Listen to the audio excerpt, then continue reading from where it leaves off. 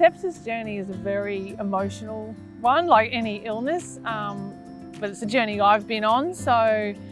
And it was so sudden. It's just a roller coaster. The first thing to remember is that it's a marathon, not a sprint. So being in hospital for a lengthy period of time, you need to develop some strategies to sustain yourself and the rest of your family over a lengthy period of time. And so it's really important to maintain your own self-care during that time. Now, lots of families, when I talk about self-care, will say that I'm being a bit hippie or a bit strange, but really that's a really essential part of looking after yourself. And I like to explain to families that, because they can often relate to it, most of us have been on a plane, and on a plane they give you the safety instruction at the beginning of the flight that in the case of an emergency, an oxygen mask will fall from above, and you need to ensure that as a parent you fit that oxygen mask to yourself before you fit it to your child. The reality of that is if you don't, potentially you pass out before you're able to fit it to your child. It's the same analogy here, and you really have to think about it like this. If you don't look after yourself while your child is in hospital, you are not capable of looking after your child. The other thing about when you come to the rehab phase is that often people find that emotions are significantly heightened, and they potentially find this strange. I've had a lot of families talk to me about the fact that they actually feel like they're going a bit crazy because they become more distressed and more worried when their child's on the ward, and concerned that potentially it is a strange reaction to have when their child's actually starting to feel better. I'd like to explain to parents that it's actually an understandable reaction because of the abating of that crisis response. You actually have a reaction within your body where all the emotions that you've potentially been storing up for a number of weeks while your child's been in the ICU is now actually currently being experienced. And it's okay to feel those feelings and to have an opportunity to process them. Some strategies that I would suggest to parents and families in terms of managing their own self-care. Firstly, the basics. Managing eating, sleeping, exercising.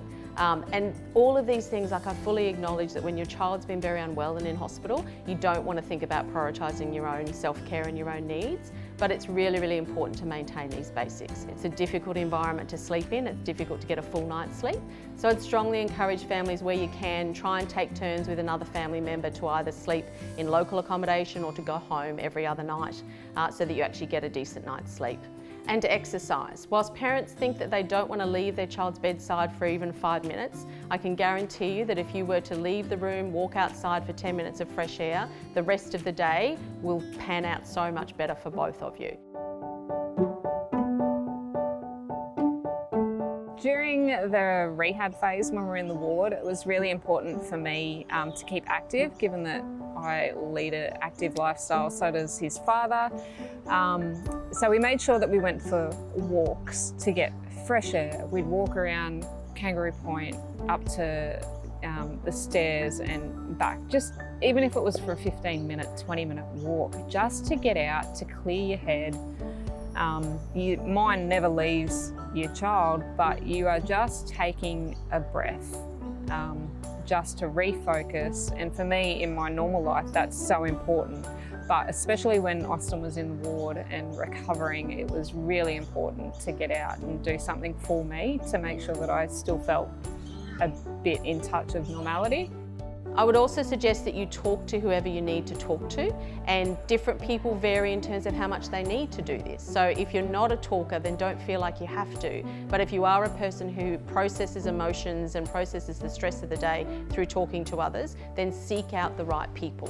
That might be a trusted family member or friend, that might be the social worker on the team, it might be the chaplain from the hospital. Determine who's the best person for you and seek that person out.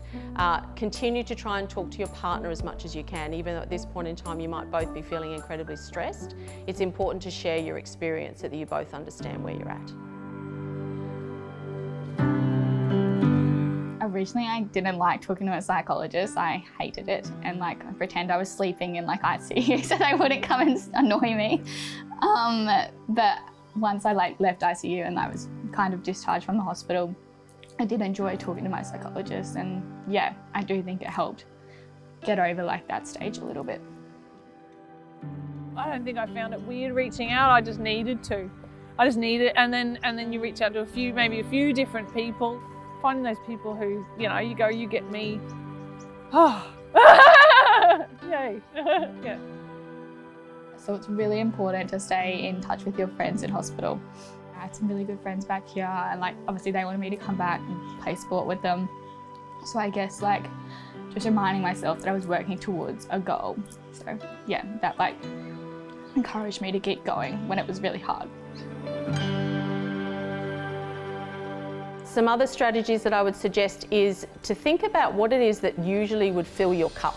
What's the thing that actually gives you some joy, makes you feel better in the day-to-day when you're not experiencing what you're experiencing here in the hospital, and then try and incorporate that into your daily routine.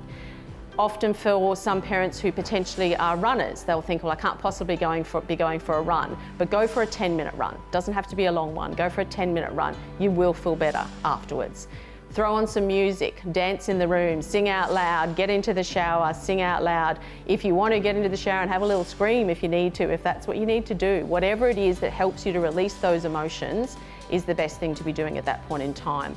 If you can, read 3 pages of a book that you've always enjoyed, a book that you've read before. Bring that book in, read that book over, because those 3 pages and that 10 minutes of reading will help to sustain you.